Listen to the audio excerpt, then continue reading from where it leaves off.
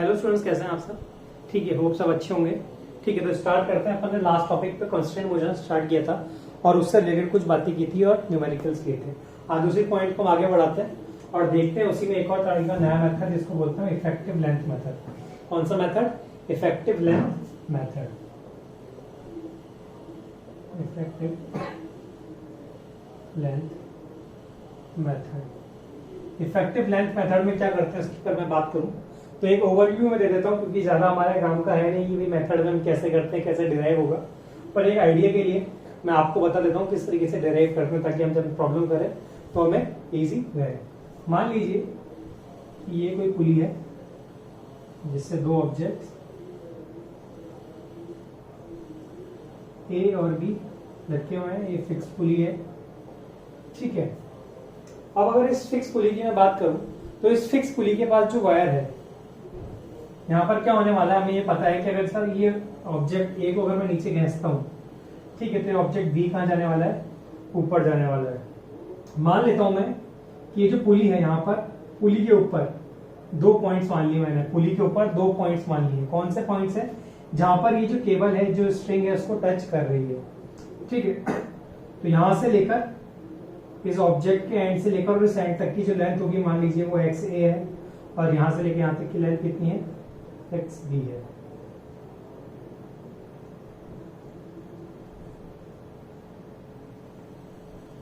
ठीक है, और हमें ये पता है कि जो स्ट्रिंग है उसकी टोटल लेंथ कितनी है? Total length of the string को मान लेते हैं। टोटल लेंथ ऑफ स्ट्रिंग की अगर हम बात करें तो लेट इट बी, उसको एल बोल देते हैं, ठीक है। यहां से लेके यहां तक एक्स है, ये एक्स बी, ठीक है। ये चेंज होगी वैल्यूज, कैसे चेंज होगी सर? एक बढ़ेगी तो एक घटेगी,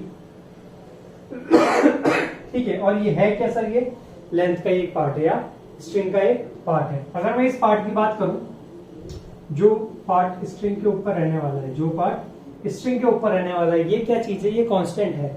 हमेशा ये ऑब्जेक्ट चाहे ऊपर जाए चाहे नीचे जाए, तो यहाँ पे जो स्ट्रिंग होगी वो भले ही कम ज्यादा हो, पर यहाँ पर जो ऊपर जो चिपकी हुई स्ट्रिंग रहेगी वो क्या रहने वाली? फिक्स रहने वाली। सपोज मान लेते हैं अगर उसको भाई रेडियस आर का कोई पुली हो, तो टोटल इसके सर्कमफेरेंस 2 पाई आर, और आगे की बात करें तो पाई आर, ठीक है। तो अगर मैं टोटल पूरी डेफिनेशन लिखूं, ये हो जाएगा X A plus X B plus pi R, capital R बोल रहे थे, स्मॉल आर ही है, स्मॉल आर। और ये किसके बराबर होगा? उस लेंथ ऑफ द स्ट्रिंग के बराबर होगा। और इसको क्या ऐसे भी लिखा जा सकता है? X A plus X B equals to L minus pi R. अभी भी क्या ये वैल्यू कांस्टेंट है कि नहीं है? ये पूरी वैल्यू कैसी है? अभी भी कांस्टेंट है, ठीक है। तो यहां से मेरे पास एक वैल्यू आ गई कि x A plus X B क्या है सर? हमेशा कांस्टेंट रहने वाला है। यानी इन दोनों का सम, x A plus X B का सम हमेशा क्या रहेगा? कांस्टेंट, चाहे ये वैल्यू कम हो चाहे ये बड़ी हो। अगर मैं इसको डिफरेंशिएट कर दूं टाइम के रिस्पेक्ट में, टाइम के रिस्पेक्ट में करेंगे तो यहां आ जाएगा d x a over d t plus d x b over d t. और क्योंकि ये कांस्टेंट है तो ये क्या आ जाने वाला है? जीरो। ये क्या जाएगा यहां से? जीरो। अब कैलकुलस में हमने एक चीज पढ़ी थी, क्या पढ़ी थी? या पहले उसको बाद में बात करते हैं। पहले उसको D x a over d T क्या हो जाएगा सर? ये हो जाएगा वी ए, और यहां से ये क्या आ जाएगा? V V equals to zero. ऐसे अगर मैं फर्दर वापस से डिफरेंशिएट करूंगा टाइम के रिस्पेक्ट में, तो ये मुझे क्या दे देगा? एक्सेलरेशन दे देगा। तो यहां से अगर मैं बात करूं ये वेलोसिटीज किस रिस्पेक्ट में है? ये सब वेक्टर फॉर्म में, ये वेक्टर फॉर्म में। तो यहां से जो वेलोसिटी आएगी ए, वो आएगी माइनस वी वी वेक्टर, ठीक है। तो यहां तक आप सबको समझ में आया होगा। अब ये तो समझ में आ गया कि सर ये आपने कुछ डेरिवेशन कर दिया, पर ये हमारे काम कैसे आएगा। तो अपन आते हैं हमारे प्रॉब्लम पे और वहां पर देखते हैं कि इसको अप्लाई कैसे करना है, ठीक है।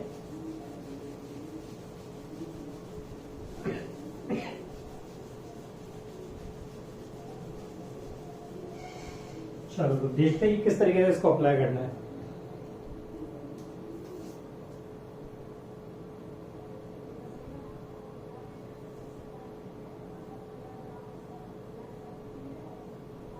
ये ऑब्जेक्ट ए, ये ऑब्जेक्ट बी, ठीक है, ये हमको प्रॉब्लम दी हुई है, उसमें बोला गया है कि ये पुली कैसी है, फिक्स पुली है, प्रॉब्लम की बात कर रहे हैं।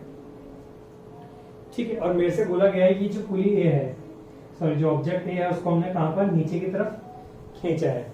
तो आप किस तरीके से इस प्रॉब्लम को सॉल्व करेंगे देख लेते हैं। सबसे पहला काम जो इस टाइप की प्रॉब्लम में इफेक्टिव लेंथ मेथड में करना होता है वो होता है हमें जो हमारे पास स्ट्रिंग गिवन है, ये जो रोप गिवन है उसको आइडेंटिफाई करना है कि सर कहां से लेके कहां तक की रोप है। तो मैं आइडेंटिफाई करता हूँ कि सर यहाँ से स्टार्ट हो रही है और ये घूम कर वापस से बी पॉइंट पर यहाँ पर आ रही है, ये पहला काम। इसके बाद मुझे पॉइंट मार्क करने हैं। कौन से पॉइंट मार्क करने हैं सर, ये तो आपने बताया है। तो कौन से पॉइंट मार्क करने हैं सर, पॉइंट मार्क वो करना है जहां जहां पर जो रोप है दूसरे ऑब्जेक्ट को टच करती है। जैसे कि पहला पॉइंट आ गया यहाँ पर, एक पॉइंट है जहां पर जो ब्लॉक ए है उसको यहाँ पर टच करेगी, इसको पॉइंट 1 नाम दे देते हैं। एक जो मैंने आपको बताया था कि कहां पर, पुली पे, पुली पे करना है ना कि स्ट्रिंग पे, है ना। ये पुली पे आ गया दूसरा, जहां पर वो पुली उस स्ट्रिंग को टच करता है। थर्ड पॉइंट यहाँ पर भी ऐसे आएगा और फोर्थ पॉइंट यहाँ पर इस तरीके से आएगा। ये 4 पॉइंट्स मैंने मार्क कर लिए। कहां पर मार्क किए हैं, मैं वापस रिपीट कर रहा हूँ, वो पॉइंट जहां पर जो स्ट्रिंग है वो किसी दूसरे ऑब्जेक्ट को अदर देन स्ट्रिंग को टच करती है। तो यहाँ पर दोनों ब्लॉक्स को टच कर रही है और यहाँ पर जो स्ट्रिंग है वो किसको टच कर रही है, पुली को टच कर रही है। ठीक है, यहाँ पे ध्यान देने वाली बात यह है कि जो पॉइंट्स हैं ये स्ट्रिंग पे ना होगा, किस पे है, ऑब्जेक्ट पे। यानी कि जो नंबर 1 पॉइंट है ये ऑब्जेक्ट ए पर है, नंबर 4 पॉइंट ऑब्जेक्ट बी पर है, और 2 और 3 कहां पर है, पुली के ऊपर है। इसके बाद जैसा हमने देखा था अभी लास्ट में कि मेरे से पूछ लीजिए कि फाइंड, यहाँ पे वेलोसिटी फाइंड कीजिए कि वी की वेलोसिटी क्या होगी या वी की वेलोसिटी क्या होगी। ठीक है, तो जैसा मैंने अभी देखा था यहाँ पर कि सम ऑफ वेलोसिटीज कितना होने वाला है, 0 होने वाला है। और उसको अगर मैं फर्दर डिफरेंशिएट करता तो एक्सेलरेशन का सम भी क्या आने वाला था, 0 आने वाला था। तो इस पॉइंट को एकदम स्टार करके लिख लेना है कि सम ऑफ वेलोसिटीज, इस वाले जो मेथड है उसमें क्या आएगा, 0 आएगा। तो चारों पॉइंट की वेलोसिटी लिख देता हूं और उसको ऐड कर देना है। जैसे कि इस पॉइंट के लिए वेलोसिटी मान लेते हैं v1 होगी, उसके लिए v2 होगी, नेक्स्ट वाले के लिए v3 होगी और उसके आगे वाले के लिए v4 होगी। और इन सबका सम क्या होने वाला है, 0 होने वाला है। अब जो इंपॉर्टेंट चीज आती है वो आती है कि यहाँ पर हमें पुट करना है साइन। इन जो वैल्यूज है उनको साइन कन्वेंशन के साथ पुट करना है और जो भी इनकी वैल्यूज है वो हमको यहाँ पे इनको देनी है। तो वैल्यूज या साइन की बात करें तो साइन किस तरीके से पुट करना है इस बारे में बात करते हैं। अगर मैं साइन की बात करूं तो जो वेलोसिटी ऑब्जेक्ट की लेंथ को इंक्रीज कर रही हो या स्ट्रिंग की लेंथ को इंक्रीज करने की कोशिश कर रही हो उसको हम लेते हैं पॉजिटिव। जैसे कि यहाँ पर अगर आप बात करें तो ये जो है v1 लिया है हमने फर्स्ट पॉइंट पे। अभी जो v1 है हमें यहाँ पे दिया हुआ है कि ब्लॉक इस तरफ जा रहा है, यानी कि इस तरफ जा रहा है। तो इस पॉइंट को मैं फिक्स मानते हुए 2 को मैं रेस्ट पे मानते हुए क्या करूंगा, मैं देखूंगा कि v1 कहाँ जा रहा है, नीचे। यानी कि वो क्या कर रहा है, स्ट्रिंग को लंबा करने की कोशिश कर रहा है, यानी कि उसको एक्सटेंड करने की कोशिश कर रहा है। यानी कि इस केस में मैं v1 को क्या लेने वाला हूँ, पॉजिटिव लेने वाला हूँ। क्या लेने वाला हूँ, पॉजिटिव लेने वाला हूँ। नेक्स्ट आते हैं v2 और v3, क्योंकि v2 और v3 कॉमन पॉइंट्स हैं। और साथ में अगर इनकी बात करें तो ये जो पॉइंट्स हैं वो कहां पर है सर, ये जो दोनों पॉइंट्स हैं ये दोनों पुलिस पे हैं। और ये पुली कैसी है, फिक्स्ड है, यानी कि कोई भी कंडीशन आ जाए या कुछ भी हो जाए ये दोनों पॉइंट्स क्या होंगे, अपनी जगह से चेंज नहीं होने वाले हैं। जब ये दोनों पॉइंट्स अपनी जगह से चेंज नहीं होंगे यानी कि इनकी वैल्यूज क्या हो जाने वाली है, 0 हो जाने वाली है। इसके बाद बचता है v4। ठीक है, v4 हमें नहीं पता कि सर ऊपर जाएगा ब्लॉक के नीचे जाएगा, तो कोई बात नहीं, हम उसको एज इट इज लिख देते हैं v4 इक्वल्स टू 0। क्यों रख दिया है, क्योंकि सर जब इसको सॉल्व करेंगे तो जो भी उसकी साइन होगी वो ऑटोमेटिकली आ जाएगी। तो पुट करके देख लेते हैं, यहां से क्या आएगा v1, बाकी सब 0, v1 plus v4 equals to 0। तो यहां से जो v1 की वैल्यू आई या v4 की निकाल रहे हैं तो v4 की वैल्यू क्या गई, माइनस v1। यानी कि अगर ये v1 से इस तरफ जा रहा है तो ये ऊपर जाएगा। नेगेटिव साइन क्या शो कर रहा है कि सर साइन क्या है, अपोजिट है। और क्या शो कर रहा है कि सर ये जो लेंथ है 0.3 से 0.4 की लेंथ जो है वो क्या हो रही है, कम हो रही है। नेगेटिव साइन का मतलब है ये। ठीक है, तो ये कहाँ जाएगा, ऊपर जाएगा v1 से। ठीक है, होप आप सबको समझ में आया होगा। ठीक है, अभी समझने में थोड़ा उटपटांग सा लग रहा होगा, पर जैसे जैसे प्रैक्टिस में आएगा वैसे एकदम हलवा टाइप का लगेगा कि सर ये क्या ही मजाक था। ठीक है, चलिए नेक्स्ट प्रॉब्लम पे देखते हैं किस तरीके से इसको और अप्लाई किया जा सकता है। यहीं पर कर देता हूँ आगे। इस बार मेरे को दिया हुआ है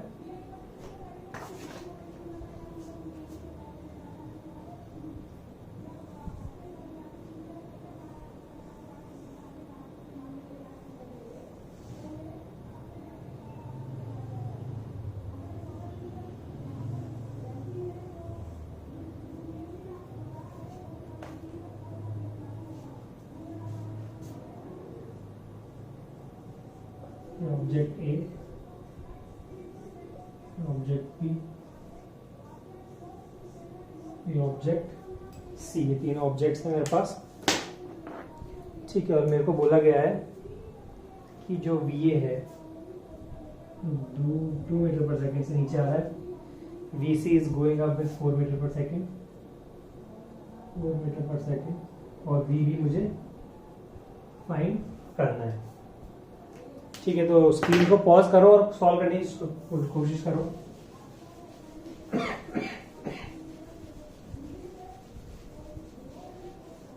चलो, तो होप सबने कर लिया होगा। तो पहला काम क्या करना है सर? पहला काम ये करना है कि जो स्ट्रिंग है उसको अलोकेट करना है। तो स्ट्रिंग अलोकेट कर ली सर, यहां से जा रही है, यू जा रही है, यू जा रही है, यू जा रही है। ठीक है, ये स्ट्रिंग हमने ढूंढ ली। दूसरा काम क्या है कि सर पॉइंट अलोकेट करना है, तो इसको 0.1 बोल देते हैं, 0.2, 0.3, 0.4, 0.5, 0.6, 0.7 और ये हो गया 0.8। इसके बाद सर सारी वेलोसिटीज का सम कर देना है, तो कर देते हैं। चलो, v1 plus v2 plus v3 plus v4 plus v5 plus v6 plus v7 plus v8 equals to 0। सारी वेलोसिटीज का सम कितना होने वाला है? 0 होने वाला है। नेक्स्ट काम उनकी वैल्यूज पुट करनी है साइन के साथ। चलो, अब आता है इंपॉर्टेंट काम। अगर 2 मीटर पर सेकंड की बात करें तो ये क्या कर रहा है सर? ए को नीचे की तरफ पुश कर रहा है, पुल कर रहा है, सॉरी, ए को अपनी तरफ खींचने की कोशिश कर रहा है, यानी कि लेंथ को क्या कर रहा है? इंक्रीज करने की कोशिश कर रहा है, यानी कि यहां से आ गया +2। अगर 2 और 3 की बात करूं या 6 और 7 की बात करूं तो यहां से देख के साफ साफ पता चल रहा है कि सर ये दोनों किस पे हैं? फिक्स्ड पुली पे हैं। किस पे हैं? फिक्स्ड पुली पे हैं। तो ये तो क्या होगा? 0 हो गए, यानी कि यहाँ पे लिख देता हूं मैं v2 और v3, ये दोनों हो गए 0। और ऐसे ही 6 और 7 की बात करें तो ये दोनों भी क्या हो गए? 0 हो गए। ठीक है, बीच में मैं अभी v4 v5 को भी एज इट इज लिख रहा हूँ, उसको समझ जाते हैं अभी। ठीक है, और v8 की बात करें तो सर कैसा है? वो ऊपर की तरफ, यानी कि स्ट्रिंग को छोटा करने की कोशिश कर रहा है, यानी कि -4 इक्वल्स टू 0। अब बात आती है अपनी किसकी? ब्लॉक बी की और 4 और 5 पॉइंट की। तो यहां पर मैं इसको ड्रॉ कर दूंगा एक बार। ये 4, ये 5 और ये ब्लॉक बी होगा जो भी। ठीक है, अब यहां पर समझने वाली बात क्या है कि ये 4 और 5 ब्लॉक या तो ऊपर जाएंगे नीचे जाएंगे। ठीक है, तो हमको रिलेशन निकालना है किसका? फाइनली वीबी का, और वीबी तो इसमें कहीं पर आ नहीं रहा है। तो वीबी का रिलेशन कैसे निकलेगा उस बात करते हैं।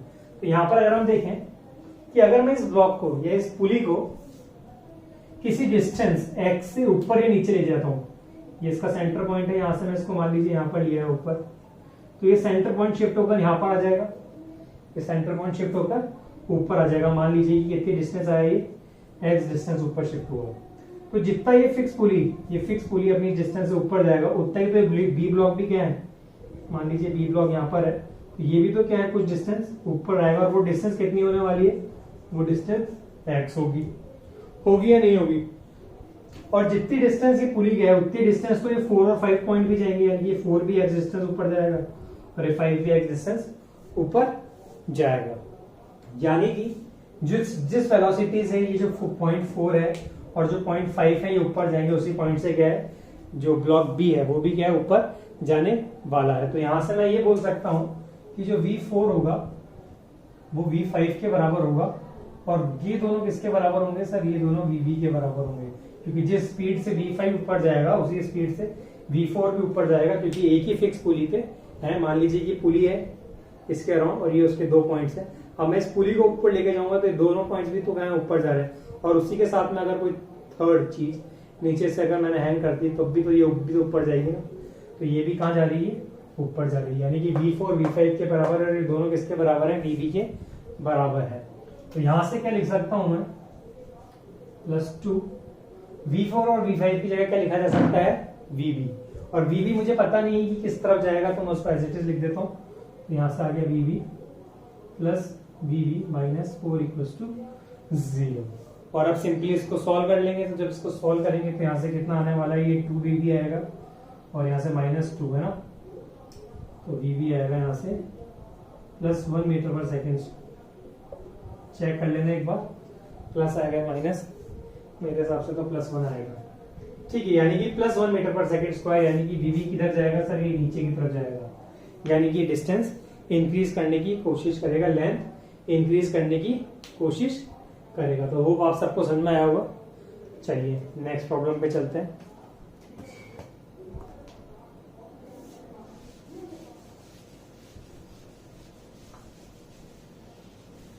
इसी टाइप की प्रॉब्लम है एक और। ठीक है, तो इसमें मॉडिफिकेशन तो नहीं हो पाएगा।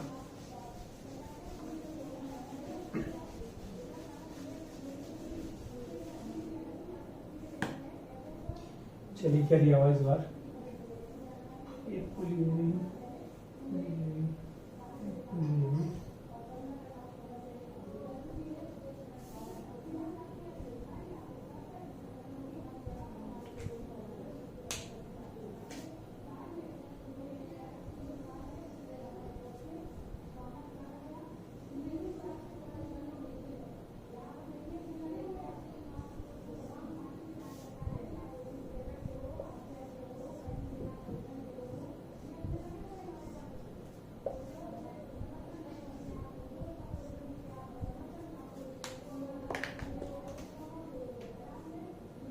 ठीक है। तो तीनों ब्लॉक्स दिए हुए हैं, 3 पुलिस हैं, और इस बार जो पुलिस दी हुई है वो मुझे किसी एंगल पे दी हुई है, और बोला गया है कि जो ऑब्जेक्ट ए है वो v वेलोसिटी से नीचे जा रहा है, और ये सी भी कहाँ जा रहा है, v वेलोसिटी से नीचे, और ये कुछ एंगल बनाते हैं थीटा।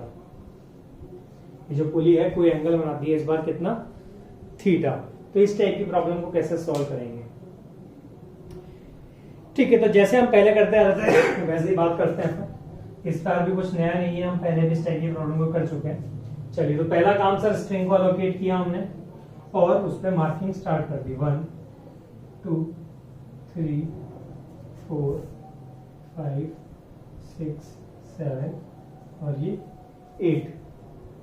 ठीक है, चलिए फिर क्या काम करना है सर, सारी वेलोसिटीज का सम लिख देना है ना। तो वेलोसिटीज का सम लिख देते हैं, v1 + v2 + v3 + v4 + v5 + v6 + v7 + v8 = 0।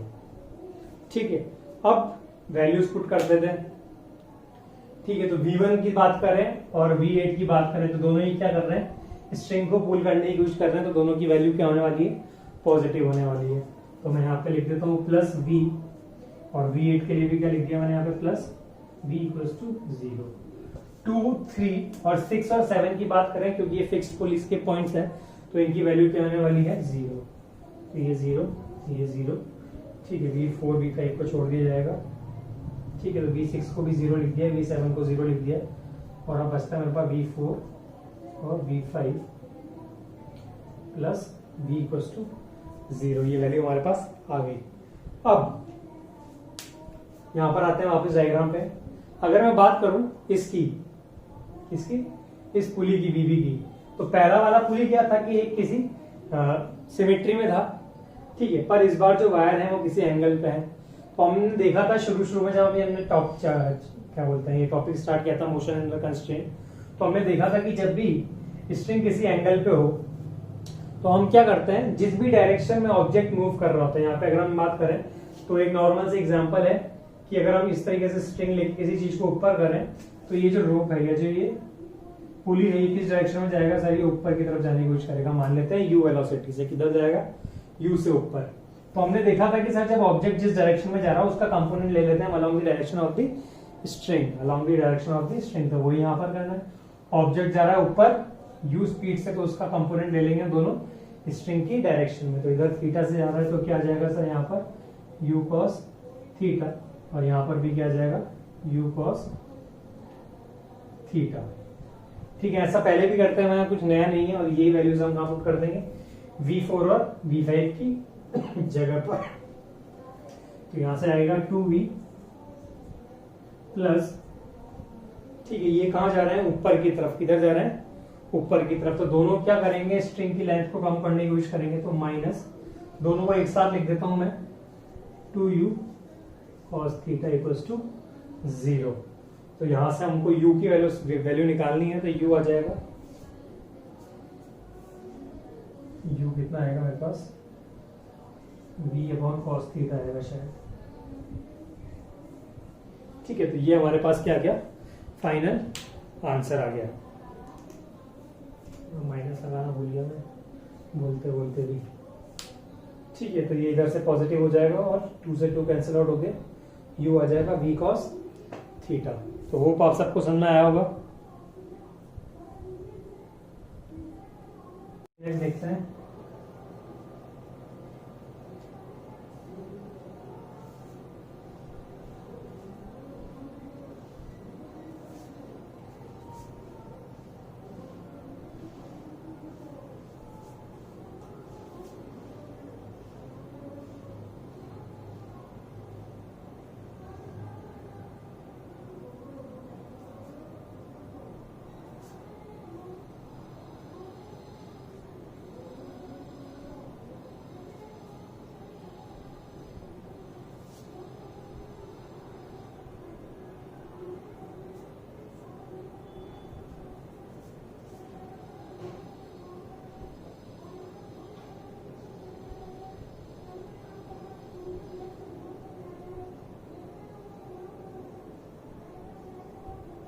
ये हमको प्रॉब्लम दी हुई है, मैं एक बार बता भी देता हूँ क्या क्या दिया हुआ है इस प्रॉब्लम में। ठीक है, हमको एक वेज दिया हुआ है, ठीक है, उस पर एक पुली लगी हुई है जो फिक्स्ड है, और वॉल से उस पुली के थ्रू एक ब्लॉक ए हैंग हो रहा है। ठीक है, जैसे जैसे ब्लॉक ए नीचे की तरफ मूव करता जा रहा है ए एक्सेलरेशन से, वैसे ही जो वेज बी है वो किस तरफ आ रहा है, वो इस तरफ बी एक्सेलरेशन से मूव कर रहा है। ठीक है, जो एंगल है वेज का वो मेरे को थीटा गिवन है। अब इस टाइप की प्रॉब्लम को कैसे सॉल्व करेंगे,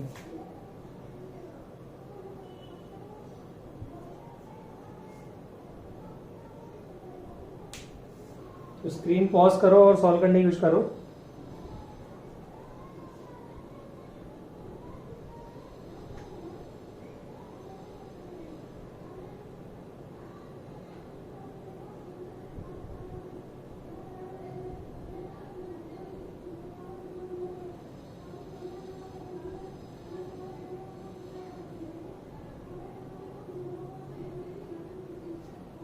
ठीक है, किया होगा आपने ट्रैक। चलिए देखते हैं कैसे करना होता है इस टाइप की प्रॉब्लम को। पहला काम तो वही कि सर स्ट्रिंग ढूंढनी है और स्ट्रिंग को एलोकेट करना है, तो स्ट्रिंग एलोकेट कर ली सर, यहाँ से स्टार्ट हो रही है, यहाँ पर एंड हो रही है।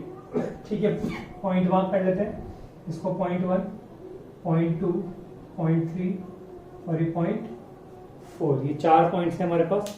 इसको मैं साइड में ड्रॉ कर लेता हूँ, इसको मैं साइड में ड्रॉ कर लेता हूँ, यानी कि इस तरह से मेरी लूप जा रही है।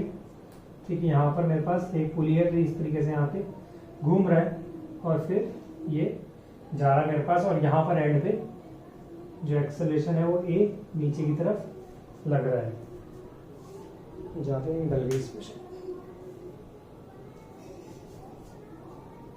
ठीक है, तो पॉइंट्स मार्क कर देते हैं।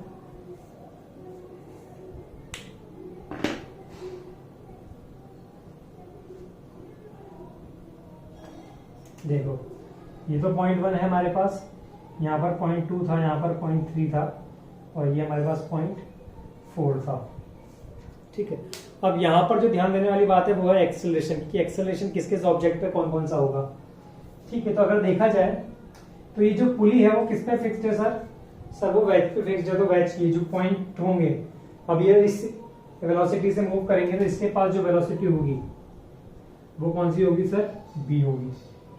ठीक है, इस थर्ड वाले पॉइंट के पास सर ये भी उस पर फिक्स है, तो उसके पास भी इसकी डायरेक्शन में बी होने वाली है। और ऑब्जेक्ट ए के पास बात करें तो ए से इस तरफ जा रहा है, पर वो साथ साथ क्या है, बी के साथ भी मूव कर रहा है, तो उसके पास भी कौन सी वाली होने वाली है, बी होने वाली है।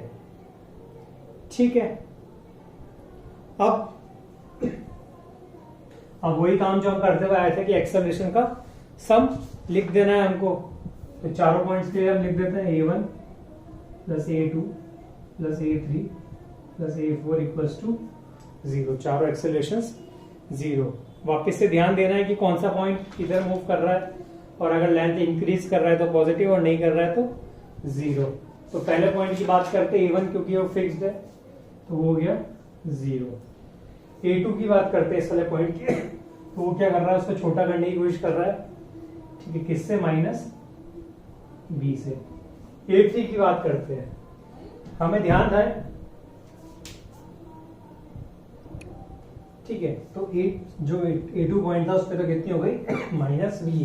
a3 की बात करते हैं, जैसे बात करते हैं ऑब्जेक्ट जिस डायरेक्शन में मूव कर रहा हूं अलोंग द स्ट्रिंग लेंगे, तो b का अलोंग द स्ट्रिंग लेंगे ऊपर की तरफ, ये ऊपर की तरफ। ये किस एंगल पे था सर, ये थीटा पे था, ठीक है। तो यहां से इसकी बात करें तो ये थीटा एंगल, और उसकी डायरेक्शन में जाना है हमको, इस डायरेक्शन में होगा वहीं पर, ठीक है। तो ये हो जाने वाला है b cos थीटा। क्या हो जाएगा, b cos थीटा। अब यहां से ना तो लेंथ बढ़ा रहा है ना घटा रहा है, तो इसको क्या छोड़ देंगे, positive, plus b cos theta. उसके बाद आते हैं फोर्थ पे, तो फोर्थ पे वापस से ये थीटा एंगल, और ये डायरेक्शन में होगा तो ये b cos थीटा होगा या नहीं होगा, होगा, ठीक है, along the direction of the length. और ये क्या करेगा, लेंथ को छोटा करने की कोशिश करेगा, तो -b cos थीटा। और a4 की बात करें तो वो किधर है सर, a है, और वो क्या कर रहा है, लेंथ को बढ़ाने की कोशिश कर रहा है, प्लस a इक्वल्स टू 0। तो यहाँ से ये वैल्यूज कैंसिल आउट हो गई, और यहाँ से मेरे पास सिंपली आ गया a इक्वल्स टू b। यानी कि मेरा फाइनल रिलेशन आ गया कि सर इस प्रॉब्लम में a और b क्या है, दोनों ही बराबर है। तो होप आप सबको समझ में आया होगा, ठीक है। अब चलते हैं नेक्स्ट टाइप की प्रॉब्लम, जो लास्ट प्रॉब्लम है हमारी, वेज कॉन्स्टेंट।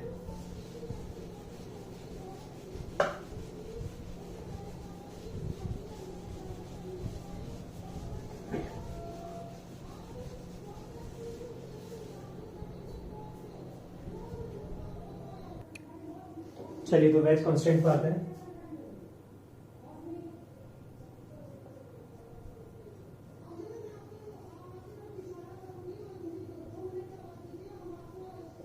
वेज कांस्टेंट को समझते हैं, ठीक है। मान लीजिए ये दो ऑब्जेक्ट हैं, एक ऑब्जेक्ट ए है, ऑब्जेक्ट बी है। ऑब्जेक्ट ए वी वेलोसिटी से इस तरफ जा रहा है, ठीक है। तो ऑब्जेक्ट बी को भी क्या करना पड़ेगा, वी वेलोसिटी से जाना पड़ेगा। क्यों जाना पड़ेगा, ताकि इनके बीच का जो कांटेक्ट है, इनके बीच का जो कांटेक्ट है वो बना रहे। इनके बीच का जो कांटेक्ट है वो उसको मेंटेन करने के लिए, वी को किससे चलना पड़ेगा, वी की स्पीड से चलना पड़ेगा। ये बोल दीजिए कि वी को वी के बराबर होना पड़ेगा to maintain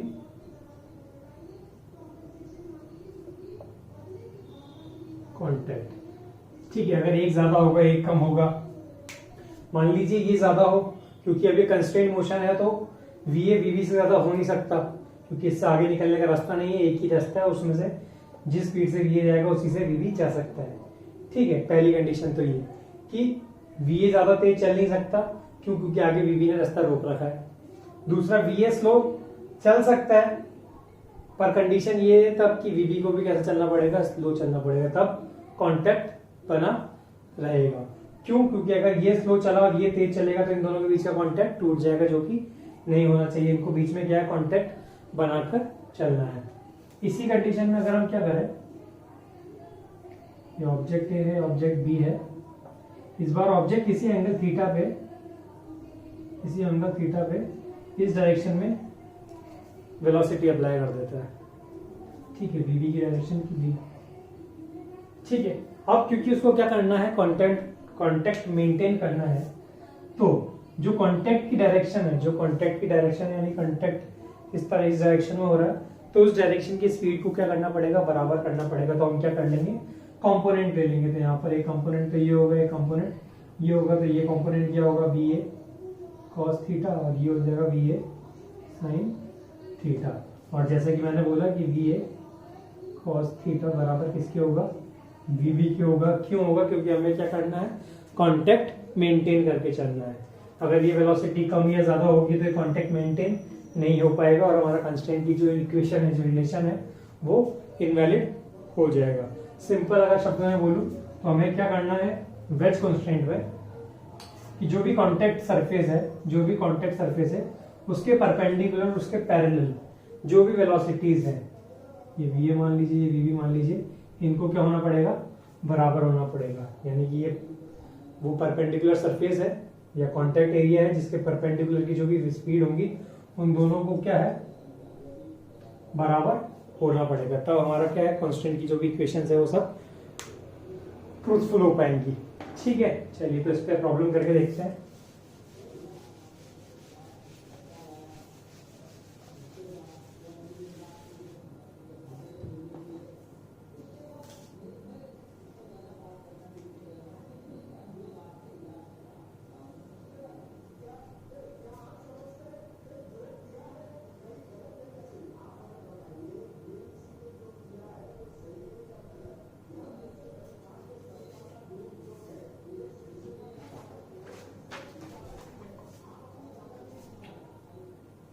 velocity of veg और ये वेलोसिटी ऑफ रॉड, ये रॉड है हमारे पास, ये वेज है।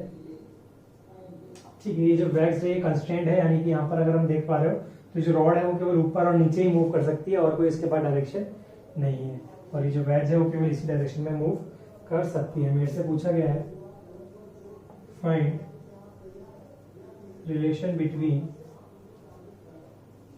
We W and V R, यानी कि वेलोसिटी ऑफ रॉड और वेलोसिटी ऑफ वेज में मेरे को रिलेशन फाइंड करना है। ये थीटा गिवन है मेरे को। ये कैसे सॉल्व करेंगे, तो जैसा मैंने भी आपको बताया कि पहले तो हमें क्या ढूंढना है सर, कॉन्टैक्ट एरिया ढूंढना है यहाँ पर। तो कॉन्टैक्ट एरिया देखें सर, ये और ये कहाँ पर कॉन्टैक्ट हो रहा है, इस एरिया में। मैं यहाँ पर ड्रॉ कर देता हूँ साइड में, ये वो कॉन्टैक्ट एरिया है, ये कॉन्टैक्ट एरिया। कॉन्टैक्ट एरिया पे मैं वेलोसिटीज लगा देता हूँ जो जो भी मेरे पास गिवन है। मेरे पास नीचे की तरफ गिवन है वी आर और परपेंडिकुलर डायरेक्शन में, इस डायरेक्शन में मेरे पास गिवन है कौन सी, वेलोसिटी ऑफ वेज। मेरे को इन दोनों में रिलेशन फाइंड करना है। तो जैसा मैंने बताया अभी कि हम क्या करेंगे कि ये जो भी कांटेक्ट एरिया है इसके परपेंडिकुलर, तो इस तरह परपेंडिकुलर में हमें क्या करना है, वेलोसिटीज को इक्वेट कर देना है। ठीक है, तो ये थीटा, तो मेरे पास क्या क्या थीटा हो जाएगा, एक बार देखते हैं अपन।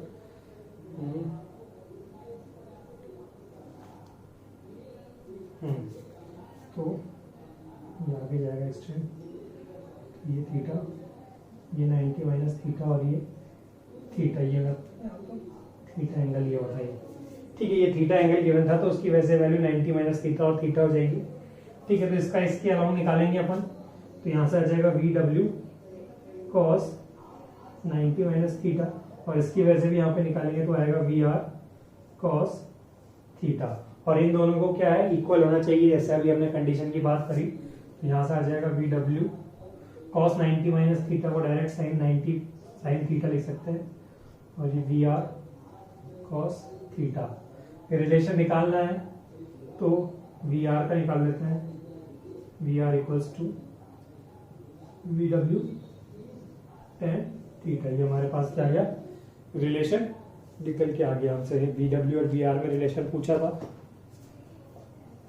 जो कि हमने निकाल लिया, कितना, V R equals to V W tan theta. अब अगर मैं इसको टाइम के रिस्पेक्ट में डिफरेंशिएट कर दूं तो ये इक्वेशन क्या बन जाने वाली है, A R equals to A W tan theta. अगर एक्सेलरेशन में पूछ लेता है तो ये हमारा आंसर होगा। ठीक है, तो वो आप सबको समझ में आ रहा होगा किस तरीके से प्रॉब्लम सॉल्व की जा रही है।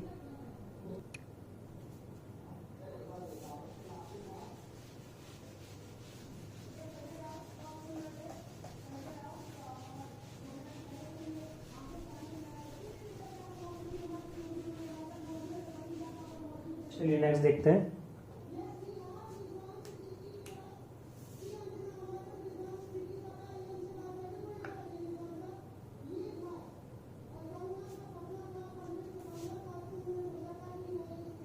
डिग्री, यहाँ पर एक रॉड है हमारे पास, रॉड, ये वेज, ये रॉड नीचे आ रही है 10 मीटर पर सेकंड स्क्वायर से, एक्सेलरेशन ऑफ रॉड, ये वेज इस तरफ मूव कर रही है ए डब्ल्यू से, ये फिक्स्ड है यहाँ पर, ठीक है। और मेरे से पूछा गया है फाइंड ए डब्ल्यू, फाइंड करना है। तो कैसे करना है, वापस पहले की तरह ही कॉन्टैक्ट एरिया, और कॉन्टैक्ट एरिया के अकॉर्डिंगली क्या है, सारे कंपोनेंट्स निकाल लेते हैं। तो ये कॉन्टैक्ट एरिया और उसके अपन को परपेंडिकुलर जो भी चाहिए सारी वैल्यूज, ठीक है। तो रॉड की अगर बात करें तो किधर दिया हुआ है सर, नीचे की तरफ 10 मीटर पर सेकेंड स्क्वायर, और वेज दी हुई हमें डब्ल्यू इस तरफ, ठीक है। हमें पता है कि सर ये जो कॉन्टैक्ट एरिया उसके परपेंडिकुलर जो भी वेलोसिटीज होती है वो क्या होती है सर, सेम होती है। तो वही करते हैं यहाँ पर, ये 37 दिया हुआ है हमें, ठीक है। तो ये 37 हो जाएगा हमारे पास, ये 37 यानी कि ये 90 माइनस 37 और ये 37, वैल्यूज निकाल लेते। तो यहाँ पर आएगा 10 cos 37 इस नीचे वाले के लिए, और ऊपर वाले के लिए लिखेंगे तो ए डब्ल्यू cos 90 माइनस 37, दोनों को बराबर पुट कर देते हैं। 10 cos 37 equals to A W cos 90 minus 37, तो ये तो बन जाएगा हमारे पास ए डब्ल्यू साइन 37, और यहाँ पे आ जाएगा हमारे पास 10 cos 37।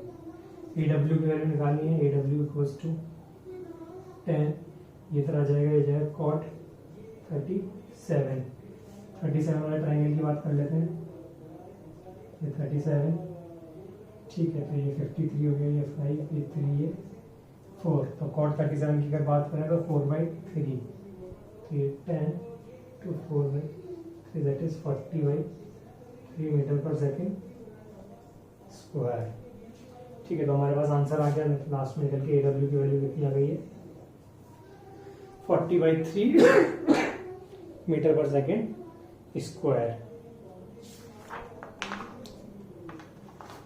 चलो नेक्स्ट देखते हैं।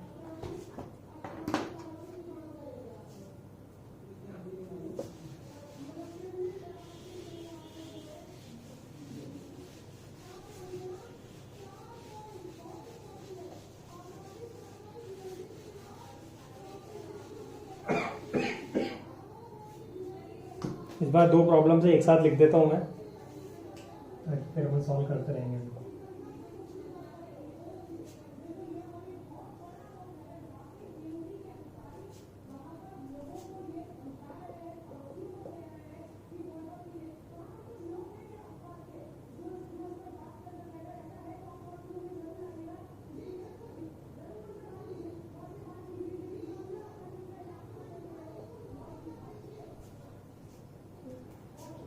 ये थीटा एंगल, ये जो वेज है वो फिक्स दी गई है इस बार एक ये वाली वेज है जो मूव कर रही है A1 से नीचे, ये जो रॉड है वो A2 से नीचे मूव कर रही है, ठीक है। मुझे पूछा गया A1 और A2 का रिलेशन फाइंड कीजिए, find relation between A1 and A2। दूसरी प्रॉब्लम जो मेरे पास गिवन है,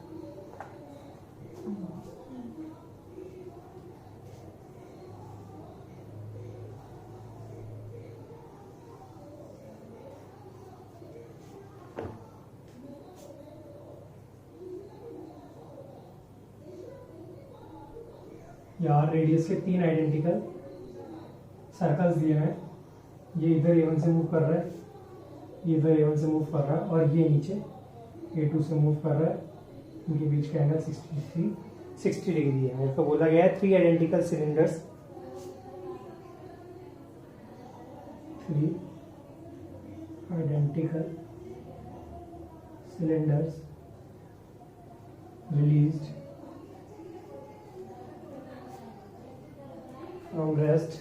from rest,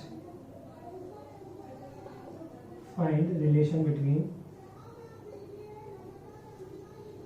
A1 and A2, ठीक है। तो 2 प्रॉब्लम्स है, इनको सॉल्व करने की कोशिश करो।